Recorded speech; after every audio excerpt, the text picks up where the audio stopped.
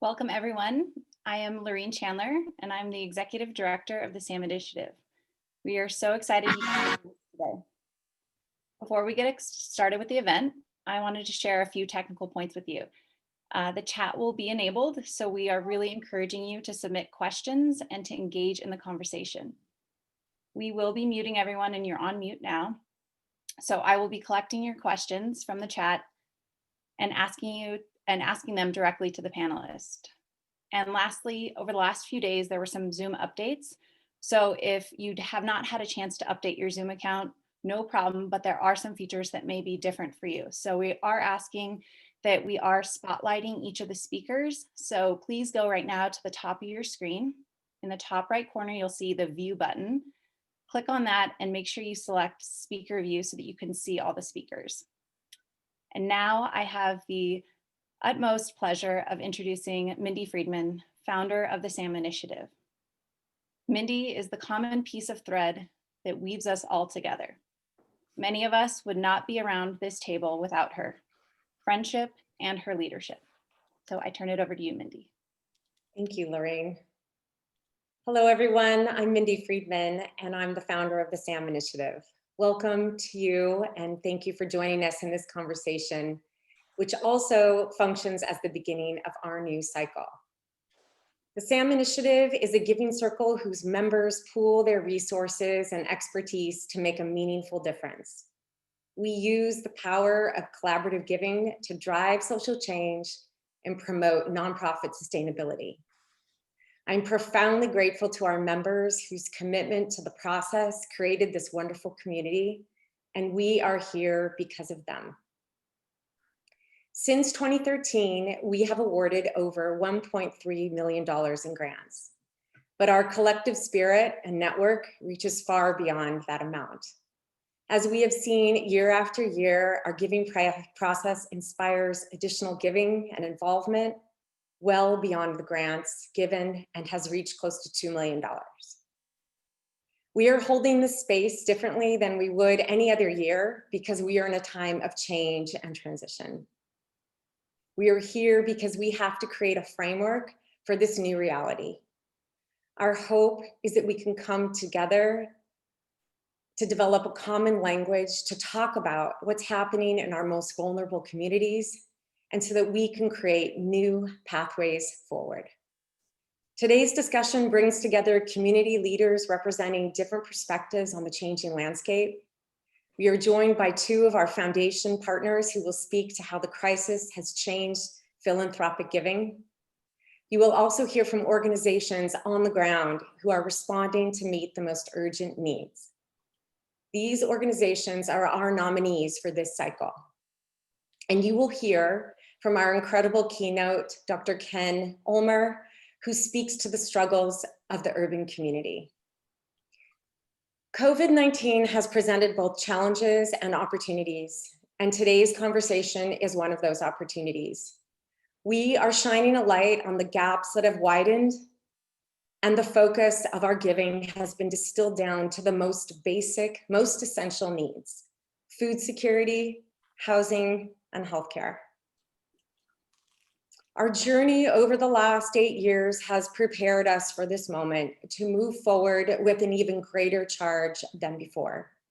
SAM was built on the power of collaboration, and I want to thank you all for joining us in coming together to embrace this new reality and build pathways forward. Thank you for being here, and now back to you, Lorraine, to take it forward. Thank you, Mindy. As Mindy mentioned, we're here today to hold space, to create a framework, and to connect with one another. All of us have had very different experiences over the last 8 months, but what connects us is our passion to learn from one another and to help those most in need. We have over 100 participants now on this call, and while it's impossible to connect and hear from everyone, we're going to use the breakout room function to give us a chance to connect at least with 6 other people. Maybe we can connect with one new person you don't know, or we can learn from their experiences. Since we don't have a ton of time, please quickly just introduce yourself and answer the following question. What is inspiring you right now to make a difference? I'll say it again. What is inspiring you right now to make a difference? And don't worry, we will post this question in chat for your reference. So we will see you back here in minutes.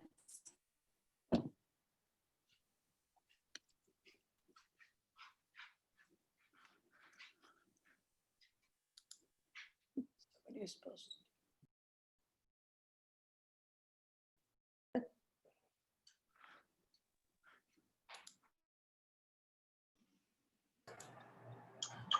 Hi. Hi. Hi. See everybody. Hello. I guess we should go around and introduce ourselves and I guess talk about that thing that inspires us to make a difference. I'm Warren Fong. I'm a senior program officer at the Jewish Community Foundation of Los Angeles. And I think the thing that's inspiring me to make a difference is, each week we go out and, hand out supplies to people experiencing homelessness in Koreatown where I live. And there's this older Korean couple who we saw kind of first get onto the street when the coronavirus started. And so we're just seeing them every week. And I think, their struggles are a struggle that inspires me to keep going and keep moving forward. Great. I'll go next. I'm Sarah Morse, and I'm on the. I've been part of SAM for about 4 years. I'm now on the board, and I co-lead the due diligence process. And what's inspiring me right now to give is, or to participate in this is, just the growing gap, and especially yes, the homeless need out there, and just seeing so many people on the street. I'll pass it along to someone else. I'll go. I'm Susie Lyons. I am the director of middle school service learning at Brentwood School. This is my 11th year at Brentwood School, but my first year in this role. And it's just inspiring to me to work with the nonprofit organizations who we partner with. And I think what's really motivating me are the challenges right now that our nation is facing, and the homelessness, and how everyone is really trapped at home. I lost my uncle to COVID, and I know how desperate people are trying to manage through this. So I definitely want to help as much as I can right now.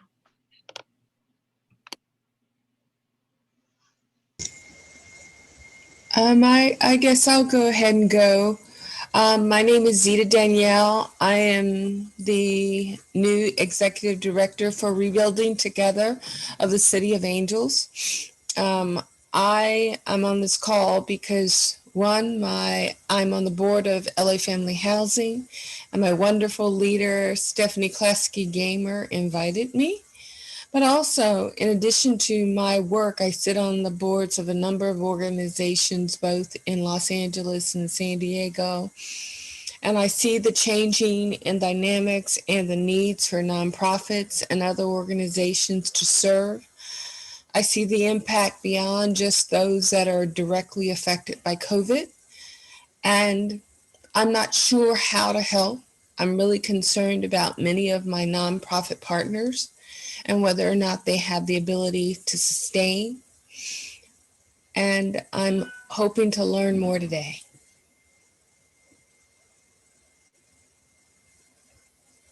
Hello, I'll just quickly go. I am Tammy Johnson, and I am Director of Donor Relations at the California Community Foundation.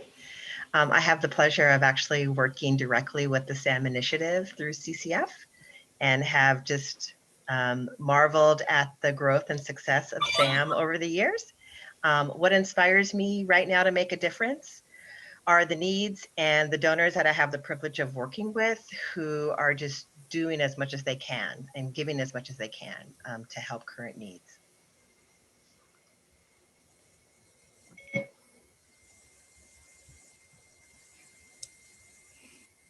Hi, I'm Marcia Morgan. I'm chair of the Community Investment Network, and we are a national network of giving circles impacting African American and communities of color. And so I think in this moment, what really inspires me to continue the work that we're doing is the stories that we're hearing, the impact that we're having. And so even in what we may think of as perilous times, there are folks who are still making sure that people's needs are met. And so because of that, that really encourages me and motivates me during this time.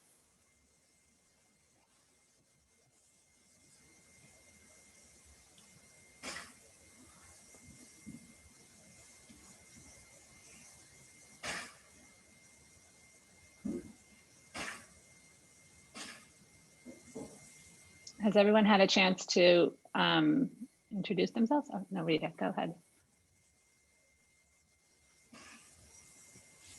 Rita, have you had a chance to introduce yourself? Well, good afternoon, morning rather. I'm Dr. Rita Ali. I'm an author of Three Strikes But Not Out.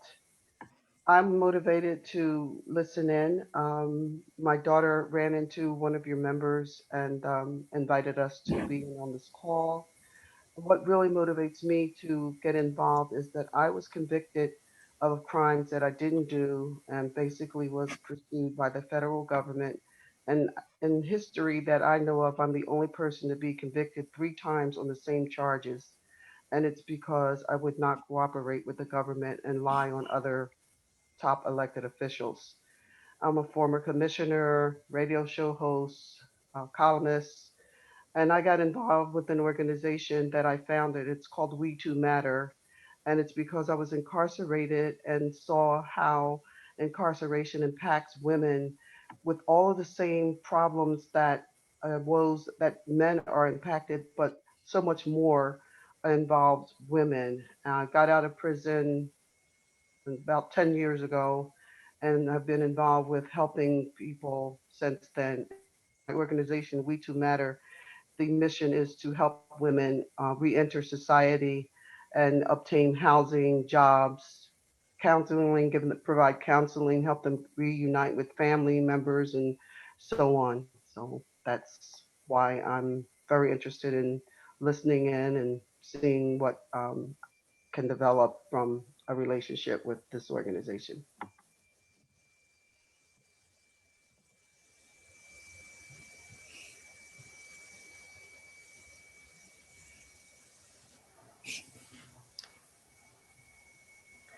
Well, it's nice meeting you all, and thank you, Rita, for sharing. I appreciate hearing all that.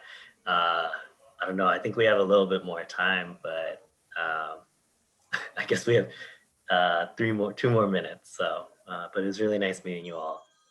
Thank you. Yes, yes, Nice to meet same. you all. Nice to meet you. And thank you for sharing everyone's introductions and reasons for participating today. Thank you. I don't know if anyone else had a chance. Michelle I know is on this call as well, but she's might be busy behind the scenes moving things around. So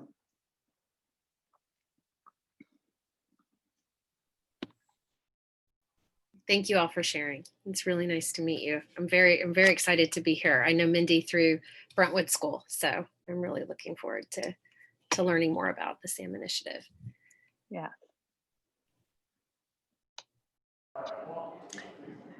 And Susie, do you have students attending as well? I heard that maybe some students will be attending or anything. I think so. I also teach a class of public speaking, but I know that the service leadership team who I have at the school, middle school, we're meeting for the first time tomorrow. Just got the team together, but I think some upper schoolers are here. I think they possibly have been involved.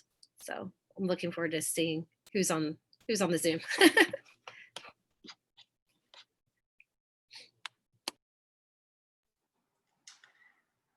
And Tammy, I like your background. It's very, are those books behind you or records? Yeah. Actually, it's a photo of my son, one of my Oh, twin boys, in a library.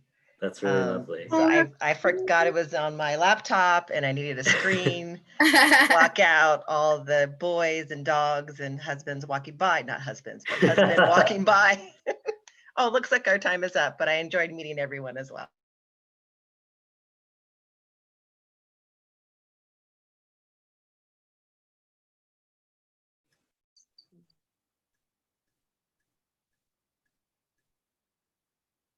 Hello.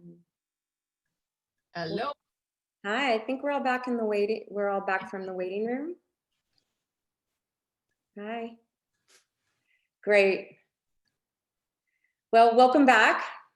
I was really inspired by some of you that I got to connect with. Thank you. And I hope you all made a new connection with someone from a different perspective. Well, now to the next portion of our morning, moving right along. Fasten your seatbelts because this is going to be quite a journey, and there's no one better built for this to pilot us through than John Kabara. John is a nationally respected figure in the philanthropic and nonprofit community. John is an extraordinary human who's always helping people be their best. When I first met John, he shared a painting that his mother had made of teacups. And I remember, I don't know if I remember the story exactly, but there was one that had some cracks in it. And he shared with me about the Japanese practice of filling the cracks with gold to make them whole, to recognize the beauty in broken things. The idea behind it is that the piece becomes more beautiful and valuable because it's been broken and has a history. And I've always thought of John as the gold that fills the crack in the community, the cracks, and making us all a little bit stronger. For 35 years, John has been a visionary and led innovative nonprofit organizations, companies, and technology startups, and actively involved in advancing social justice by increasing access to educational opportunities. Most recently, John was the Executive Vice President and Chief Operating Officer for the California Community Foundation. Welcome, John Kabara. Thank you for being here. Thank you, Mindy. Beautiful introduction. I hope I deserve it. And I'm going to take you through a process here. We have a lot to do. I'm going to share my screen now and take you through a few little slides. Some of you know me. I can't speak without slides. So we'll do the best we can here. But I'm just grateful to be with so many interesting people. We had a great session in our little breakout room and just to meet some people about what's energizing them and so forth. And I just want to say, again, I'm referencing my mother because she used to always say to me, "Okage-sama," when you thanked her, and that means because of you. And I just, I'm energized to be here because of you, all the people that have been collected here that are interested in making change, and certainly grateful to the SAM Initiative and Mindy and Lorene and the entire team for putting this together, because it's an extraordinary amount of work to get us all here today. And I'm grateful for your time and for your attention. But I want to do one thing, because I really believe in the power of the breath. I just want to, all of us kind of collectively just take one big breath together, as my mother would say, breathe in the mountain of power, and just breathe that in together, and breathe out passion and compassion and flowers, again, as my mother would say. And so we're just connected to each other and thinking about, as this is my theme song from the last 12 years, which is comfort the afflicted and afflict the comfortable. And I think it's more powerful and more relevant than ever before. And I just think we're among the comfortable. And today is about getting a little uncomfortable, but thinking about that in the context of, connection and who we are. And I think, if anything, we know intellectually that we're connected atomically, molecularly, but we have to start to really shatter that illusion of our separateness, right? We're here to connect, to help each other, to think about what we can do together. And I try to describe this time to people. I think we all are struggling with the words. Words are just so confining, so limiting. And I just love this word now. This is my favorite word. It's a strange word to love, apocalypse. But here's the meaning of apocalypse. It's an unveiling or revealing, an unfolding of things not previously known and which could not be known apart from the unveiling. So I think we're in an apocalypse. We're in a massive apocalypse, and we're going through this virus. It's revealing the real shortcomings of our health system. We're confronted with white supremacy and racial injustice and the embedded systemic racism that we have. We're literally breathing in the climate change challenges, the environment that we've ignored and neglected. Mother Nature is telling us something about our own sustainability. And when I start to think about this unveiling and revealing, I look at the map of poverty. We've all seen this. This is a census tract map of poverty in the United States. But when you look at other maps, this is the map of indebtedness by students by race that will not get degrees. So this is the map of debt instead of degrees by race. This is the map of the pandemic. And when you look at these maps, we don't have time for it. You've seen these maps. They overlap. They start to display the incredible inequity, the gap that is widening between the haves and the have-nots. We all understand this, but we're confronted with this today and every day that we're doing this work. But one of the things we have to really think about is our own complicity of us individually, organizationally, and as a society of creating and sustaining these problems that we're trying to solve, because we're part of the problem as part of this thing. And this conversation that we're having individually between our hearts and our minds about what's right and wrong and our moral compass and this existential moment that everybody's talking about. And one of the things I hope you'll do today is you take notes of things that people are saying. Take notes of what you're saying to yourself about what you're going to do, about the actions that you and your organization are going to take to actually make the change that we're talking about. Brian Stevenson, to me, is one of my heroes. And when we start to think about these issues that make us a little uncomfortable, we have to get more proximate to them. And that's what today is about, is to get a little deeper into some of these issues. Not to just talk about solving them, but about trying to understand them. And when we understand them, we're going to get uncomfortable because it's going to change the story that's in our head, the narrative. And when it changes that narrative in our heads, it creates hope and generates hope for us. And that's what this today is about trying to collectively get some hope. And what that hope does, it generates new awakening and new awareness. And as Thich Nhat Hanh said so beautifully, that there's no mud, there's no lotus, and we have a lot of mud. So we need a lot of lotus. And we need that from you collectively as a group. And we think about the future, and I hope we won't get too focused on the future and start to just really embrace the now. Because there's a lot of people saying, oh, when we get back to normal, when this is over, and this and that. And there's a lot of denial about the future. And I just think it's not just sort of thinking about what's going to happen next. It's about really trying to embrace this moment. Embrace and bear what's necessary, but love it for what it is today, because that's what it is. And I think there's something dying in us right now, collectively and individually, which we're kind of trying to deny the challenges that we're really facing. So we're here together really to learn, to help each other, to connect. And unfortunately, we don't have a lot of time, and you've all been in Zooms. We hope this one has something a little bit different for you. And I hope it does change the conversation that you're having with yourself, and it helps to advance you. So we're going to move into the program, and we have quite a program for you. We're going to shift into really thinking about philanthropy and the changing landscape. It is changing quite a bit. Over $11.5 billion has been given to COVID worldwide, which is 3 times the amount that's been given the last 3 natural disasters in the world. So a lot of people are giving, and philanthropy is evolving. But we're very fortunate to have 2 experts here to share with us their experience in their respective institutions, but also as observers of philanthropy. We have Kelly King and Warren Fong, both senior program officers from their respective institutions, the California Community Foundation, as well as the Jewish Community Foundation, respectively. And we're going to turn it to them one at a time to hear a little bit about what they're thinking about, and we'll have a little bit of discussion. There will be a chance for you to submit some questions into the chat.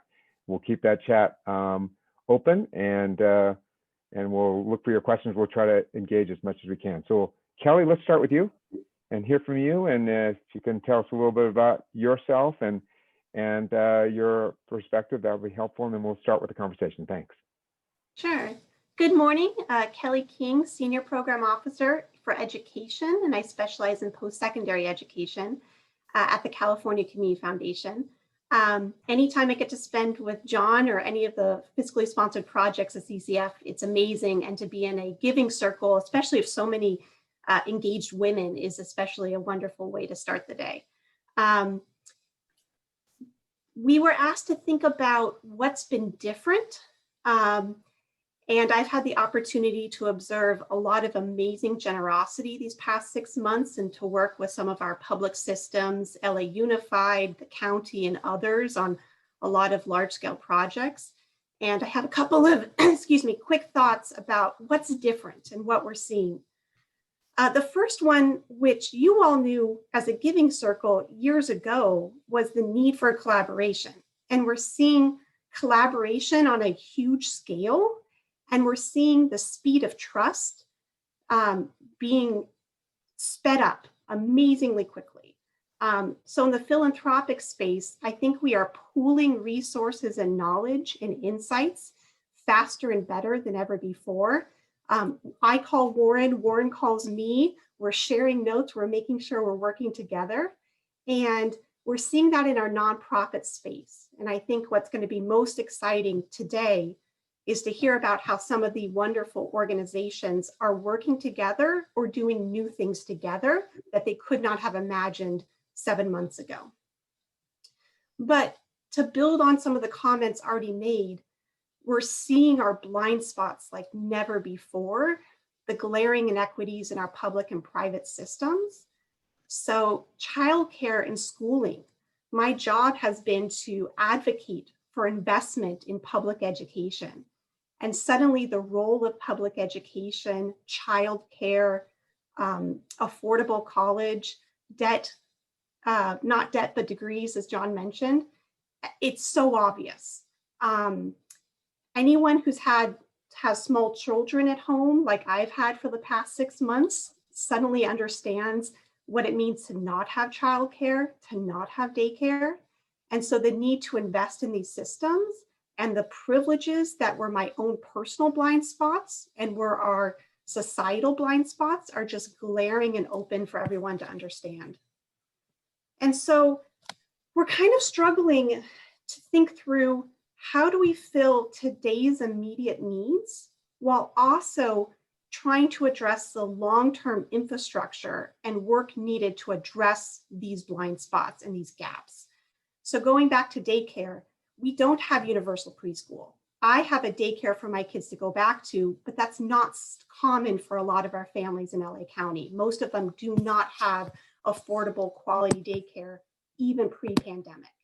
And that has huge implications for our economy and for those families.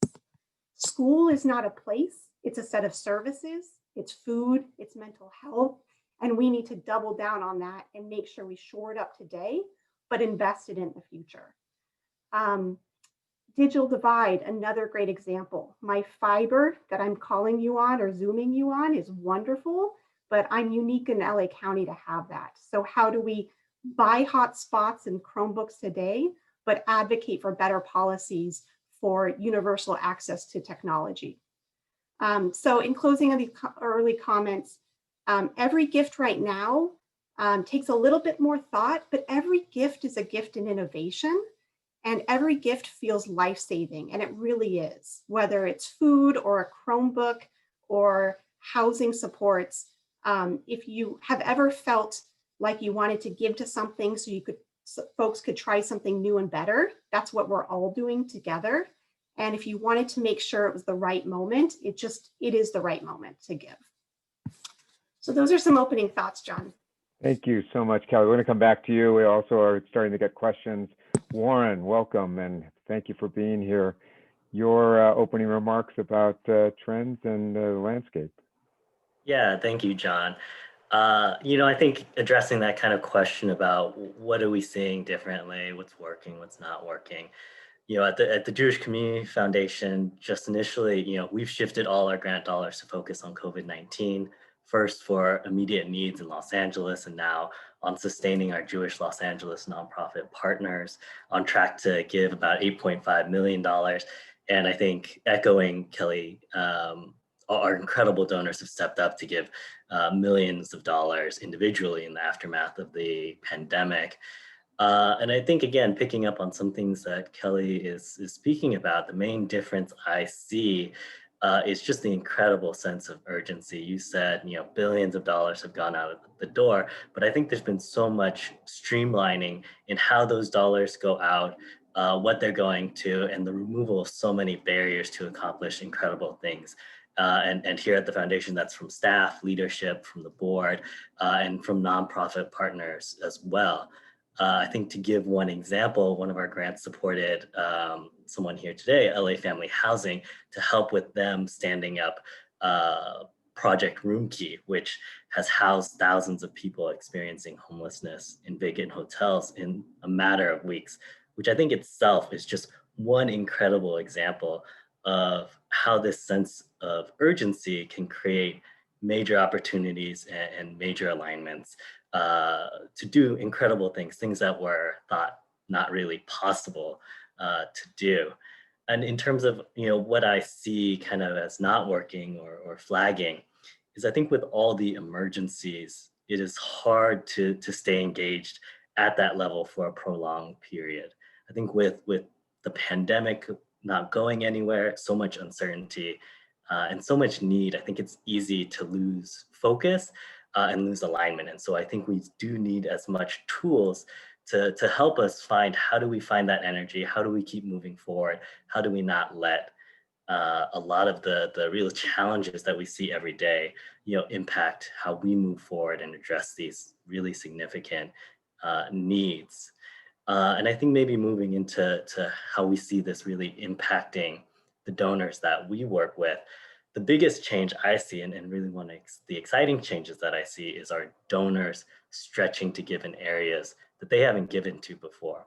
Seeing all the different needs just in your face all the time, and really trying to figure out how exactly to translate that into action locally is difficult. You see your hospital needs a ventilator, but how do you go about getting them the funds to get that ventilator, or even really knowing if that's what they need and you can help with? I think the pandemic has also forced a lot of people to move back home. There are a lot more families coming together to decide about how they give. Again, understanding that this pandemic has created so much need, how do we as a family create shared values? And I think, we at the foundation help our donors with that a lot. And we've just seen those requests go up so much. Just one example is at the beginning of the school year, a family I work with saw quite clearly how the lower income students without access to digital devices were going to fall behind in this new era of remote learning. Based on recommendations from my colleague, Kelly, I was able to connect this family with a nonprofit, and they made a gift to give laptops, technical support, and internet to 200 students living in public housing. So I think those are just a few examples of the things that we're seeing here. So believe it or not, we're coming to the sort of the end of this part of the session, and I want to make sure there's some questions I want to touch on a little bit, but I want to get from each of you really quickly kind of a lightning thing about, and Kelly, you touched on it, and so did you, Warren, but what are the recommendations going forward for donors, fund holders, foundations, thinking about trying to, one of the questions that came up first here from Emily was about the equity lens, or I would say the inequity lens. How do they start to focus on what they care about and fund and start to get deeper into what they want to do? So I'll start with you, Kelly, and we'll go back to you, Warren. Sure, great question. Get rid of any requirements that are not actually helpful or meaningful. If it's an application, a report, restricting funds to a small fraction of what a nonprofit is trying to do, the more flexible we can be in our giving, the better the experts who are those doing the work can put it into practice. So get rid of all the stuff that we think is important, but it feels like busy work, and it probably will always be busy work. And ask for help, ask folks who know, including those who think differently than you. It is our job, Warren and I, to do this, and we lean on others. And so if you're ever feeling lost, us, others, the SAM Initiative, Laureen, I think they're all eager for your phone call. Thank you very much, Kelly. Warren, got 60 seconds. So what's your advice to donors? Yeah, well, I know when I think of where to give, I get paralyzed by just the overwhelming need and number of issues. I think it's really feels like it becomes this personal reflection of what I care or don't care about, a question of whether I'm doing enough. And I think that's really hard. My real recommendation is to think about one person you admire, care about, or love, and hold them in your mind. Ask them to join what they are doing, care about the things that they care about, give to where they give to, engage in what they engage in. This helps, I think, to me, take the self out of it. You're doing it with and for someone you love, as well as the people you are helping. It puts a real person behind what you're doing. And lastly, I think one of the most beautiful things about philanthropy is that you're not just giving of yourself, but you're being a part of a community, as we are all today, and as all the members of the California Community Foundation and the Jewish Community Foundation are. Thank you, Kelly. Warren, appreciate your time. There was a note in the chat about no going back the report, which I think is spectacular and really helpful for people to think about what's going on in LA.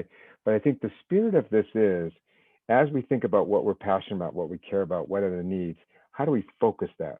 How do we also relieve the restrictions and give money and multiple year money so that people feel supported in this process? A lot to think about, a lot of resources in Los Angeles for people who want to get more involved in those conversations. I wish we had more time for it, but we're going to move on. Back to Mindy to introduce our keynote speaker.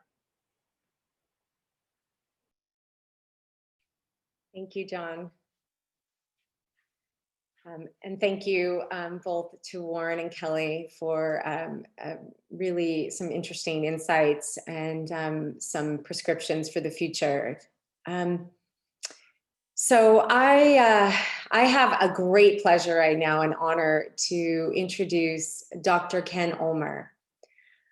He is the founder and CEO of the Ulmer Institute and senior pastor of Faithful Central Bible Church, a nonprofit organization focused on the research, training, and treatment of psychological trauma in urban communities.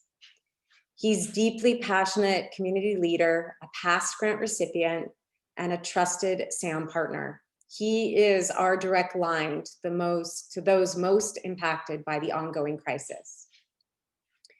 Dr. Ulmer is the author of many books, including his latest, Walls Can Fall, Race, Reconciliation, and Righteousness in a Divided World. I see Bishop Ulmer as the ultimate power strip. Everyone in the community, big or small, is plugged into him. He is an infinite source of energy that generates inspiration and hope to all. He is the giver of our community, deeply committed to collaboration, friendship, love, and compassion. Over the years, I've been moved by his sweet vulnerability and his deep friendship. Thank you, Ken, for being here. We're honored to have you here today. Please welcome Dr. Ken Ulmer. Thank you so much. I want to, I have a long way to go and a short time to get there, so I'm watching the clock. I want to zoom, no pun intended. I want to zoom our conversation out a little bit, and it'll require your imagination. Imagine a climate of death, a climate of pandemic, a climate of fear, a climate of genocide even. And in this context of chaos, there arises a group of women led by one named Pua, one named Shifra. But there are a group of women who made a decision in the midst of a pandemic, of fear and crisis and even death. And they made the decision to save lives. This group of women in a pandemic of chaos and confusion and death made a decision to bring life, to save, preserve, and release life. To many who were desperate, who because of the forecast, because of the climate, because of the edicts that had come down from the powers on high, were desperate. Lives were going to be lost. The forecast was bleak. And the authorities that said, this thing is going to be, it's going to get worse. Many would die. Many would not make it. And as we look at our culture and the news and everything, especially from an economic standpoint, there are businesses that will not make it. There are chains that will not make it. There are large businesses that go back decades who may not make it. And yet, in the midst of this group of women took a risk. They took a chance. Actually, they put themselves on the line. They went beyond asking what would it cost us, but how can we help someone else? They put themselves on the line. That's what I see in this time of philanthropic response to this calamity, to this crisis. In the midst of desperation, there's a group of women. There's a group of women who save dreams. That's what Sam does. You guys, you save dreams. There were mothers who had dreams of what it would be like when their kids came forth, who had dreams of seeing their kids grow up, and they were going to die. They were going to die. And these women, led by these two dynamic women, these group of women saved dreams. Someone had a dream of what would come later. Someone had a dream of how their things would develop and what the future held. They had creativity that could have been lost. And this group of women invested in someone's dream, invested in families that wondered how they would exist in the face of being told they would not exist. And so they invested in saving dreams. They held someone's dream in their hand. They went the second mile. They took the risk of investing in someone's dream. They allowed life to come forth. In my community, there's such a rising incidence of mental health challenges and depression and suicide. One guy said, there's never been a time when so many Black men were trying to see therapists, mental health professionals, because the future looked bleak. And yet in the midst of this, someone rises and they save dreams. They save dreams. Sam did that with the Ulmer Institute. We had a dream of serving the mental health trauma challenges of my community, and you invested in that dream. Over the years, we've heard earlier about some of the efforts that you've done over the years, and every donation that you gave, every bit of support that you gave, every dollar that you gave saved someone's dream. And this group of women in this pandemic, led by Pua and Shifra, they invested and they saved not only dreams, but saved destinies. I mean, everything changed when they made this shift in the midst of this pandemic, and there would come forth a Moses, there would come forth a Joshua, there would come forth leaders, and things would never be the same again because of this group of women who not only invested and saved dreams, but they changed destinies. They changed the course of history. And likewise, there are organizations that you guys invest in, that you sow into, that you serve. Their destinies are going to be changed. Many of them might not make it, and yet you invest not only in their dreams, but you invest in their destiny. You allow destinies to be changed and dreams to thrive, all in the middle of a pandemic that is discouraging, that is painful, that is dark, that is bleak, and you bring forth life. And you are blessed because you bless others. Thank you.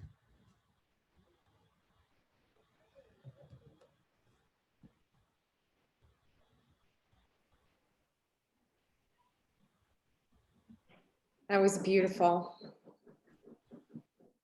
I'm actually speechless. I don't think it's right for me to follow that. John, you take it from here. Bishop Ballmer, thank you for those powerful words.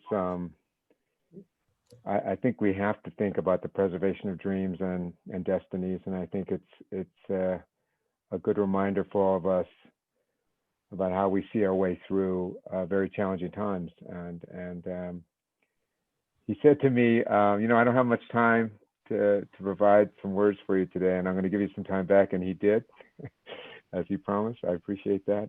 But the time you spent with us and invested in us and is very powerful and re-energizing. So we thank you for those words.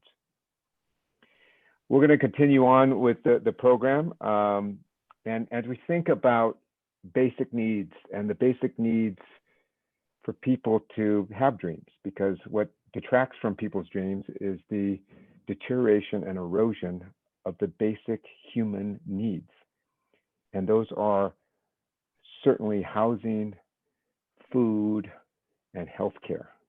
And we're going to shift now and talk about the organizations that SAM Initiative has vetted, organizations that if you don't know them, you should know them and you will get to know them, organizations and leaders who are making a difference in the community. I'm going to ask that our panelists come forth now, and we're going to talk about what they do in the midst of a pandemic for the preservation of dreams and destinies, to think about how we preserve the basic, most fundamental needs in our community. We have with us three extraordinary leaders, Stephanie Klasky-Gamer, Sam Polk, and Liz Forer, from three extraordinary organizations. Are going to hear about them. I'm not going to waste time on the introductions. Each of them will introduce themselves and their organizations, and then we will embark on a brief conversation about what's going on and how they're adjusting to this current context and what opportunities exist going forward. And again, the chat is open. Love to hear your questions. So we'll start off with Stephanie and the amazing work that she is doing at LA Family Housing. Thank you so much, John. And Bishop Ulmer, I'm sorry, I really have to say, nobody evokes the midwives, Shifra and Pua. I love them. I wanted to name my two daughters after them. They are my heroes of the biblical story, and I was vetoed. So anyway, but I love someone evoking them. Thank you. Good morning, everyone. As John said, I'm Stephanie Klasky-Gamer, and I'm the president and CEO of LA Family Housing. We're so proud to be here this morning to share a bit about our organization, what we've done during this time of COVID, and what are the challenges we see going forward. As we all know, there is no going back. We do need to look forward and how we do things differently based on what we've learned these last 6-7 months. Before I share about LA Family Housing, I really want to share who we serve, because that tells a lot about the type of work that we do. I want to introduce you to Eduardo, Lysandra, and their very sweet little girl, Christina. Both Eduardo and Lysandra grew up in poverty. And when we saw on those maps that John showed earlier, poverty exists all over the country. It is a crisis we're experiencing. And the three of us that are on the panel today, we really catch people when poverty has taken over their life. And in homelessness, it's where they have fallen off the cliff and lost the most basic need of housing. Both Lysandra and Eduardo grew up in poverty. And as young adults, they found each other. They knew they wanted to lift each other up and ensure that a family that they developed together, that they built together, wouldn't be caught in that cycle. As we know, poverty is really a multi-generational crisis, and too often is a cycle for so many families. They were strong, they were building a family together, and sadly, Eduardo, who had a steady job with FedEx as a driver, he was in a terrible car accident that left him unable to work, unable to walk for many months, and Lysandra needing to care for them. From that, they fell into homelessness and eventually found their way to LA Family Housing. We were able to work with them over many months, both to get into interim housing so that they wouldn't be forced to live in their cars, to provide them with resources, both cash and item resources that they needed to sustain a little baby that they now had, sweet Christina, and then ultimately to get into temporary housing while we worked on finding them permanent housing that they can afford. Sort of the ultimate closing the circle to be sure that they permanently end homelessness in their family's life is we were able to hire Eduardo as a driver for LA Family Housing. And now he drives around the city picking up goods, whether they're donations from the food bank, from Target, from any one of you who are donating things from your home. And then he circulates those goods to all of the families and individuals that we serve. So from providing interim housing to ensuring a family gets into permanent housing, to staying connected to them and ensuring their success and stability in their new home. That's really the success and the full circle of what LA Family Housing provides. On the screen, excuse me, I'm sorry. On the screen, you can see that last year we served more than 11,000 people. We are on target this year, sadly, because of COVID, to far exceed that number. Our key programs, I should really start with our history. When we formed in the early 80s, it was really two different organizations. One that was a short-term crisis housing organization here in the San Fernando Valley when they bought an old motel and converted it into the Valley's first homeless shelter for families who could stay for up to 1 month. It was called Valley Shelter. And just, I don't know if it's a coincidence or life has its own circle, but I was a volunteer at Valley Shelter when I was in high school in the 80s. So it was pretty nice to come back here 14 years ago and lead our organization into the growth that we've seen this past decade.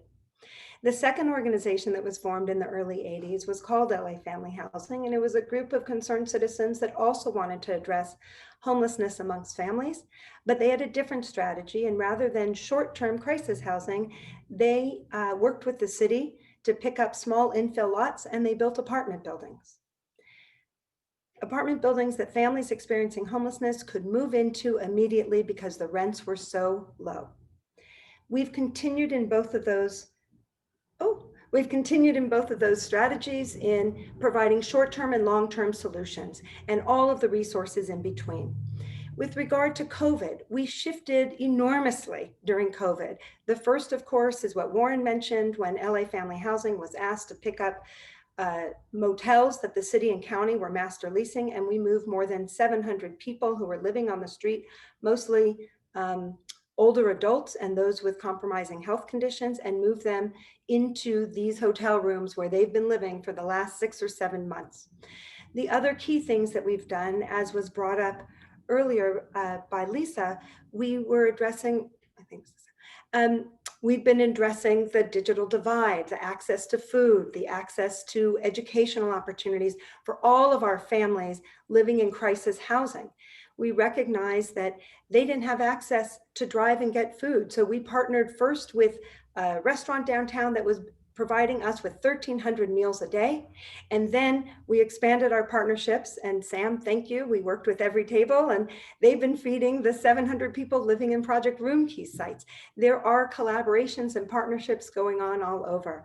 Our staff grew by 25% in the last 6 months to meet the needs and the essential services that we're providing every day through our short-term housing as well as our permanent housing.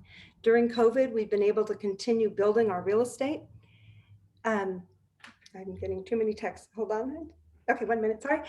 We've been building a lot of real estate. We have 4 properties under construction right now because we knew that despite COVID or because of COVID, we can't stop the essential work that we're doing and the growth that's needed to support all the people experiencing homelessness in Los Angeles. And then the last thing I would say is we launched a new model. We pivoted under COVID to move families out of this crisis setting in a hotel room, because as was mentioned before, being home with your kids all day, because that's where they're doing school, doesn't allow parents to go out and work anymore or to go out and look for apartments. And it wasn't healthy for a family of 5, a mom to stay home with all of her kids trying to help them with school, but living in a motel room. So we have begun, fortunately with the help of the Jewish Community Foundation, picking up single family homes where we can move multiple families into that home, and they have a communal setting where they can support each other, support each other's kids, and allow parents to still go out and do job searches, or search for permanent homes. So there's a wide variety of ways that we've responded under COVID. New challenges I think we'll get to after my colleagues speak. Yes. Thank you, Stephanie. Yeah, there's a lot to say and a lot to learn about. Let me shift over to Sam Polk and Every Table, and really addressing a pretty substantial pivot for his organization, the issue of food insecurity and hunger. Sam. Thanks, John, and hello, everybody. I'm Sam Polk. I'm the CEO of Every Table, which is a social enterprise making healthy food affordable and accessible for everyone. And in just a few minutes, I'm going to tell you a little bit about the story of Every Table and then how we've pivoted during the COVID crisis. So, my background is I grew up in Los Angeles and Glendale, went to school in New York, and then basically went to Wall Street and was a hedge fund trader until I had a crisis of conscience where I was reading a lot of civil rights, stuff about the civil rights movement. And so I basically resigned from that career and came back to Los Angeles and didn't know what I was going to do until one weekend my wife and I sat down and watched a series of Netflix food documentaries. And one of them talked about basically the intersection of poverty and food and described neighborhoods that they called food deserts, where there was very little access to fresh, healthy food and tons of fast food. And to me, that was the sort of clarion call where it seemed that, healthy food should be a human right and it shouldn't be a luxury product. And when I learned that a kid born in, South Los Angeles, will live on average 11 years less than a kid born in Bel Air. And there's so many reasons for that, but one of the main ones is food.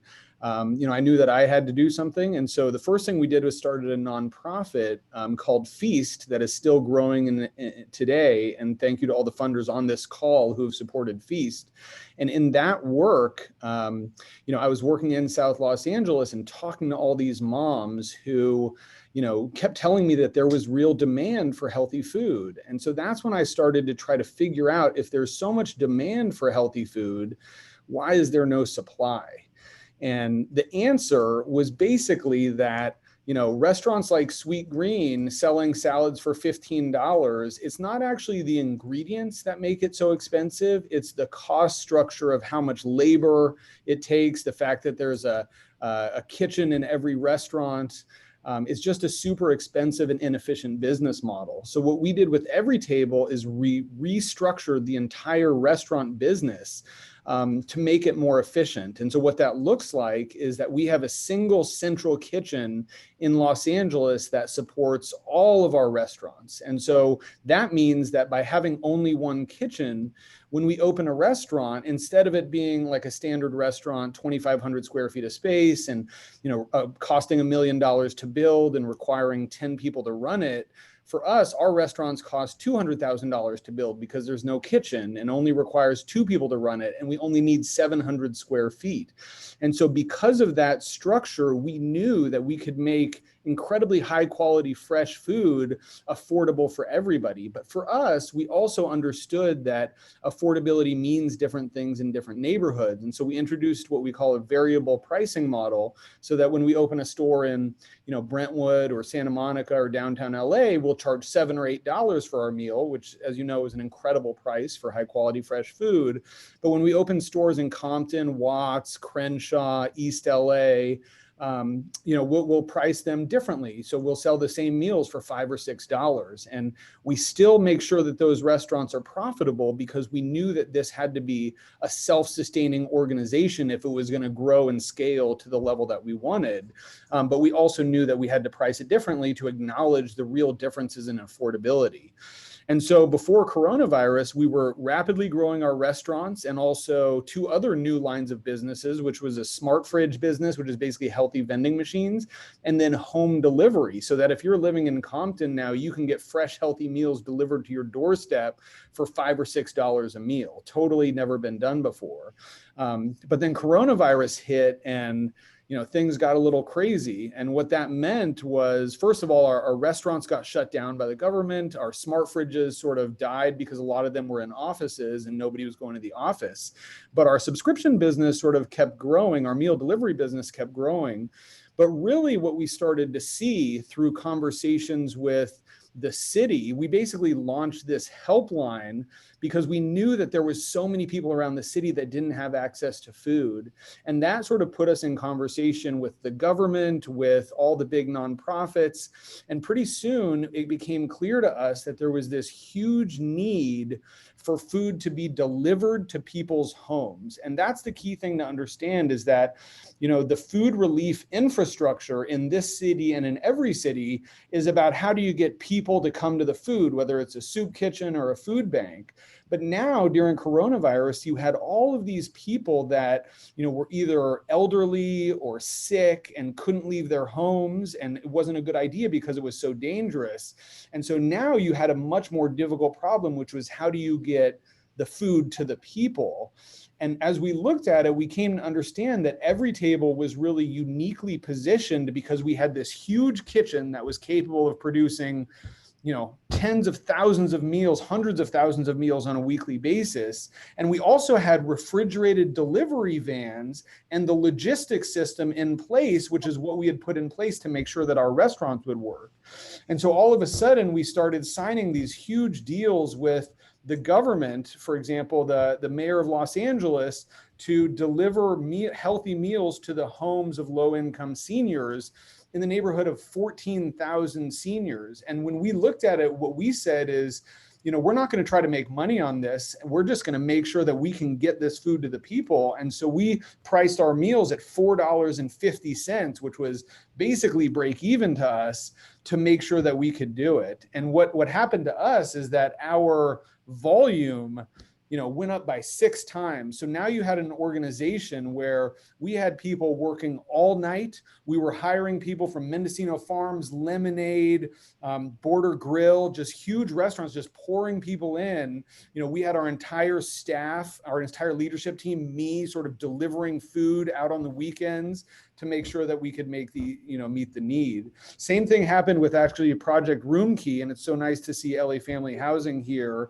You know, we got a call from the government saying we need food for all of these hotels, and Every Table said, you know what we're going to do is we're going to take care of all the food for you. And that means that not only are we going to provide all the food, but we're going to bring you industrial sized refrigerators, Sparkletts water service, utensils, napkins, so you don't have to think about it. And it's not that we were heroes in any way, it was that we were just part of this huge collective action that was literally awe-inspiring to see how many people came together so quickly to make sure that people were safe.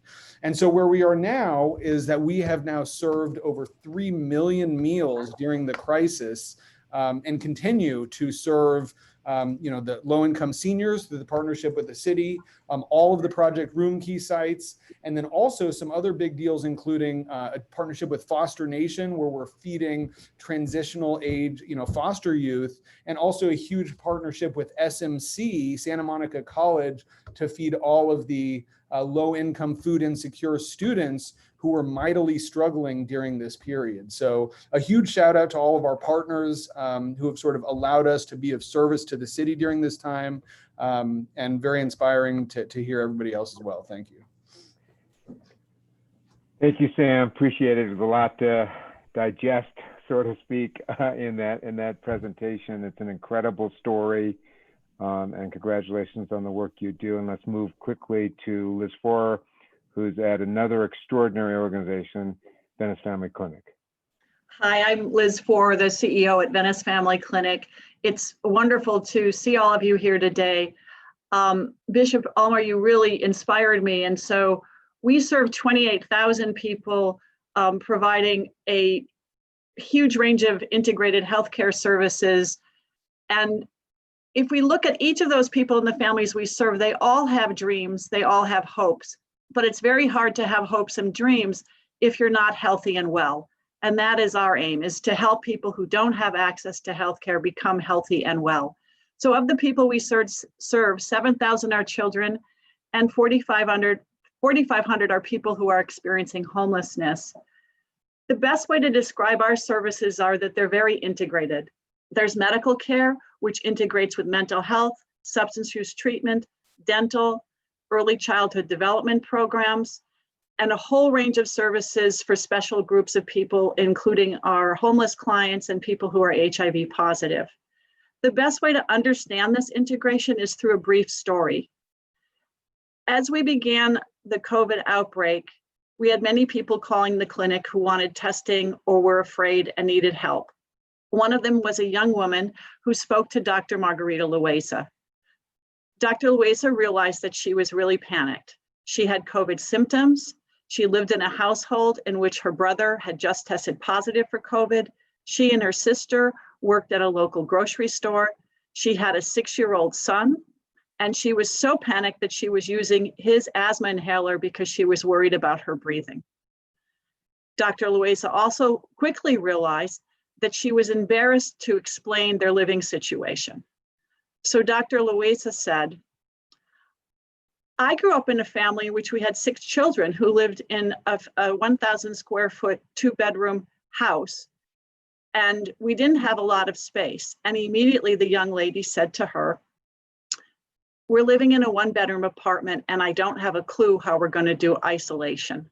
So immediately in quarantine and isolation, Dr. Loaiza found out that they had an elderly father who liked to visit, and she said he should not visit, but if you'd like to pop by and drop food at your door and then walk away and wave at you from way down the hall, that will work. She then began working with them around their care and their treatment, making sure that the child had a new asthma inhaler, that the mother had the types of medication she needed that would help her, making sure the family was isolating, and working with all of us to make sure food was being delivered to the household. In addition to that, there was a lot of stressors in the family. So one of our social workers was doing counseling on the phone through our telehealth, which we switched our services immediately when COVID struck into telehealth through phone and video visits, and are now at about 51% telehealth at this time. We'd gone as high as 80% at one point. And the result is that soon the family was able to weather this storm, go back to work, take safe precautions. We delivered to them the appropriate PPE they needed, the types of masks they needed that would help. None of the children got sick. So it was a good outcome. And it's really important because when we look at women right now, they're very stressed because of COVID in a number of ways. If they're essential health workers, they have work to do. They may not be able to work remotely from home. They have children who are at home and being homeschooled through video cameras. Oftentimes they don't have the Wi-Fi capability in their households. So part of our role is to help with that in whatever way we can. So we have a variety of opportunities and options, both through our Children First Early Head Start program, which is helping the families they're serving by making sure, even though they can't do the home visits, they stop by once a week to deliver something. It can be food, it can be diapers, it can be toys and books for the children, and they have a conversation from 6 feet away while they stand outside or in a hallway, everybody masked. These are the types of things that integrated care means, and we're very proud of it.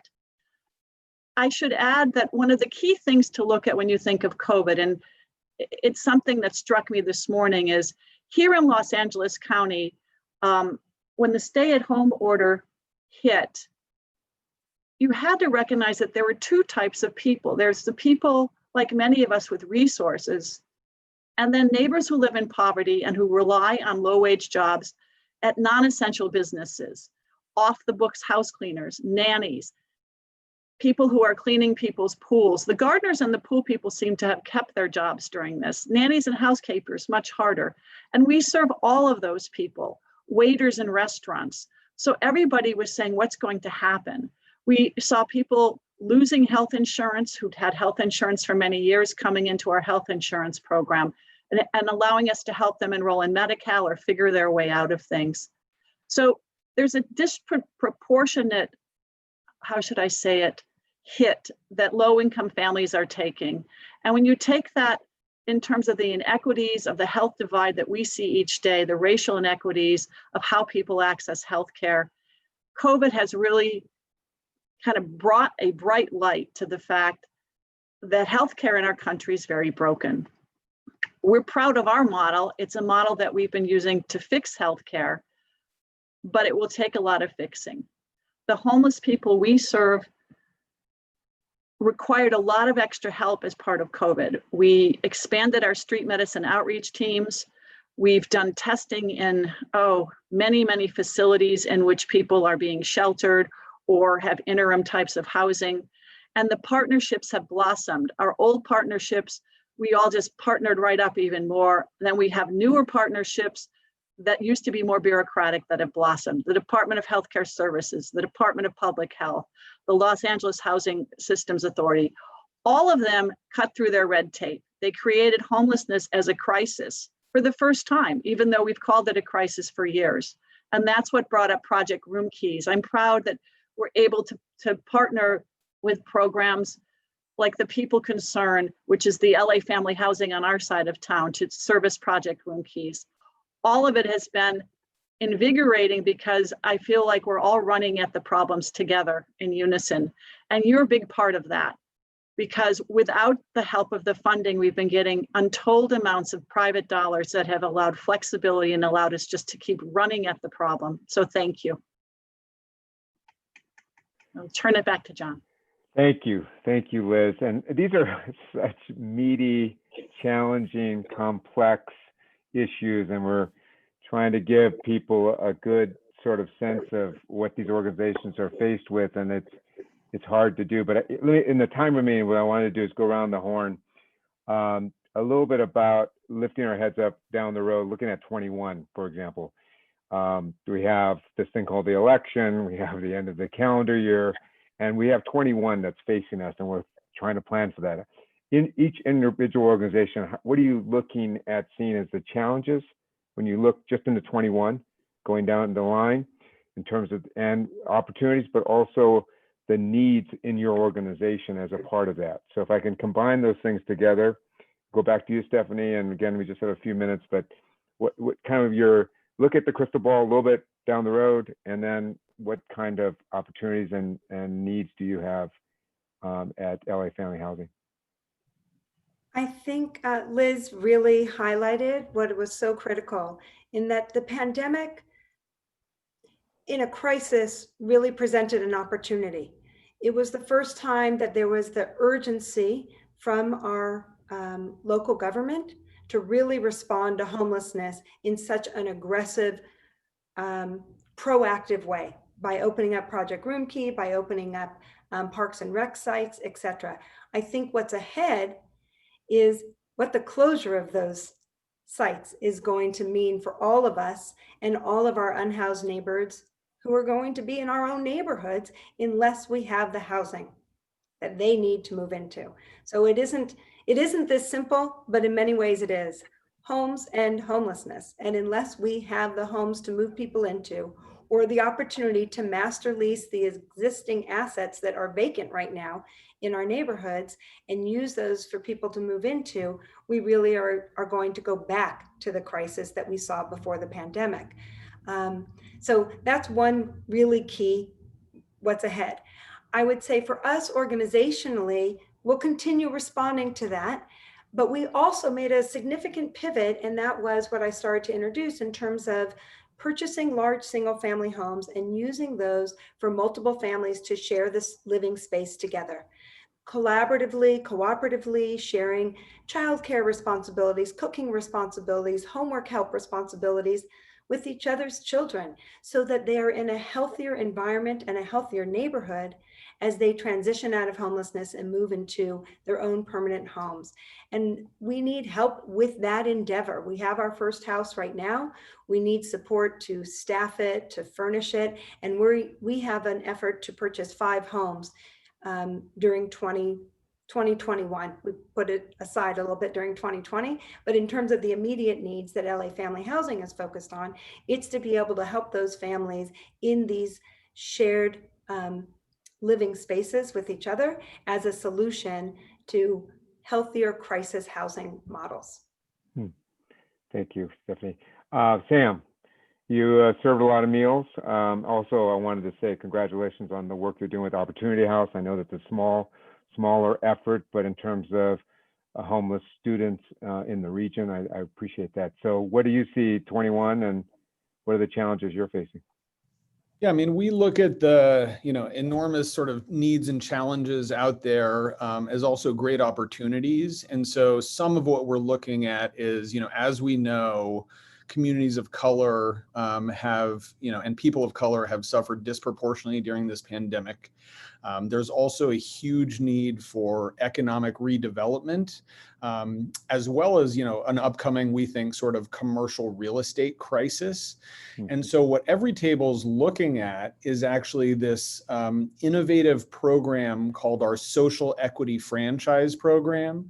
And basically, when we were looking at franchising, we thought it was a great way to expand a restaurant business, but we also saw that franchising, like so many other industries, is really targeted towards people that look like me, that have been able to accumulate or have access to capital. But really, there's so many talented entrepreneurs of color from underserved communities that have so far been left out of the ability to start their own business.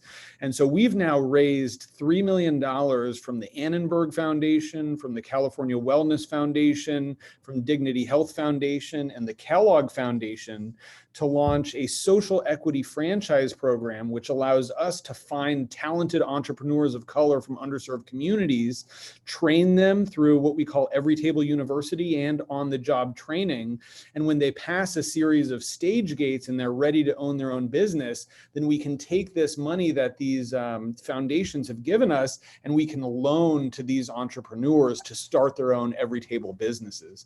And we think that given what's going on in the world, both the commercial real estate crisis and the need for economic redevelopment and the long-standing need for healthy, affordable food around the entire city, not just in underserved communities, we're going to launch 50 social equity franchise stores over the next 3 years. And we think that's going to be a really big sort of lever to empower entrepreneurs of color to own their own business while sort of transforming the food landscape around Los Angeles.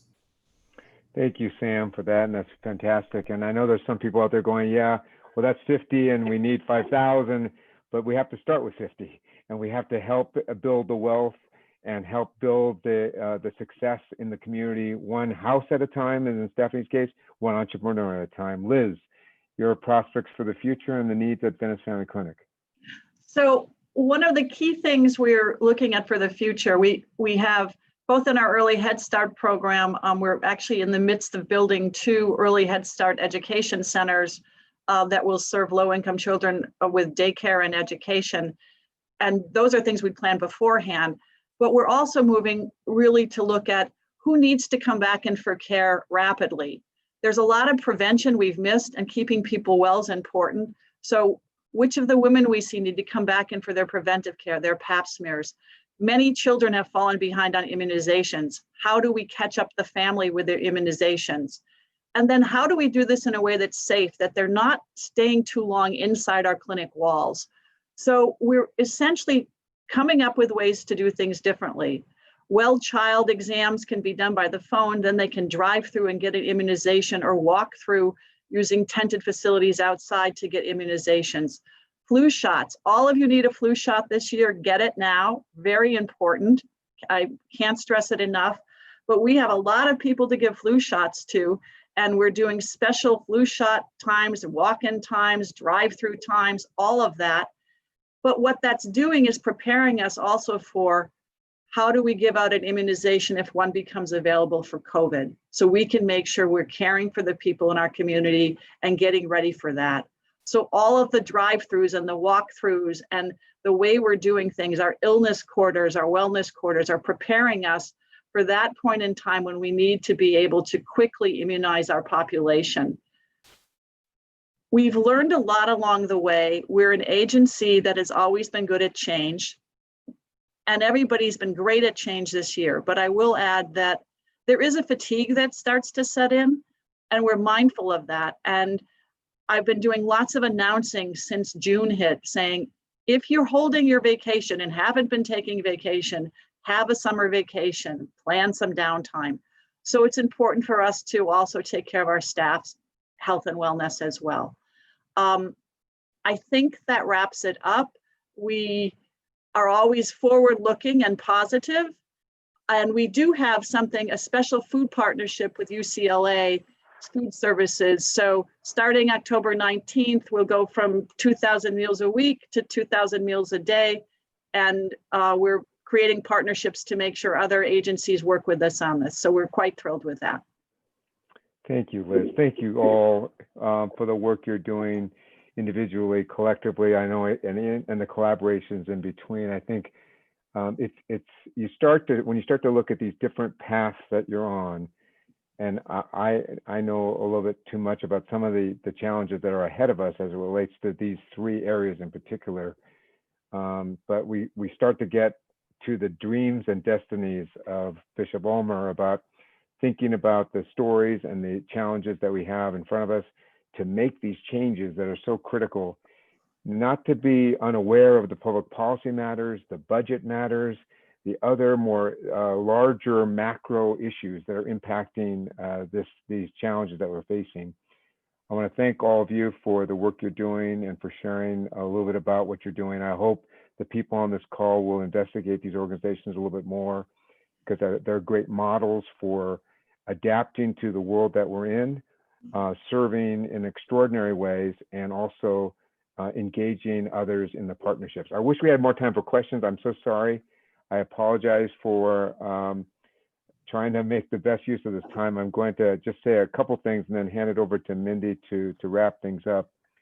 But I was reading about the other day, and I know you have to count how many times we talk about Albert Maslow, about Maslow's hierarchy. By the way, Albert Maslow never made a hierarchy. He died at the age of 62 with a bad heart, and he never finished his research. And the research that's coming out just this year has shown that he didn't even finish the top of the hierarchy. And the top of the hierarchy is about connection. And it's about using the self-actualization in a compassionate, altruistic way. And that's what we're here today, is to talk about how we actually use these energies, the preservation of dreams and destinies, so elegantly and eloquently said by Bishop Ulmer, about how do we work together and think about the systemic issues, the challenges that we face together to preserve the dreams and destinies of people that don't have the privilege to be on this call, the people that don't have the privilege to be able to think about their dreams and destinies in the ways that we're doing.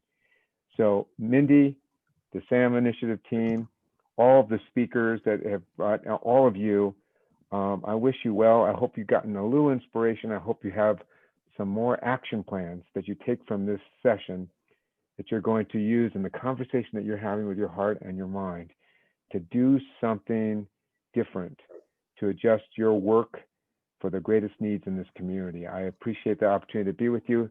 Mindy, take us home. Thank you, John, and thank you to all of the speakers.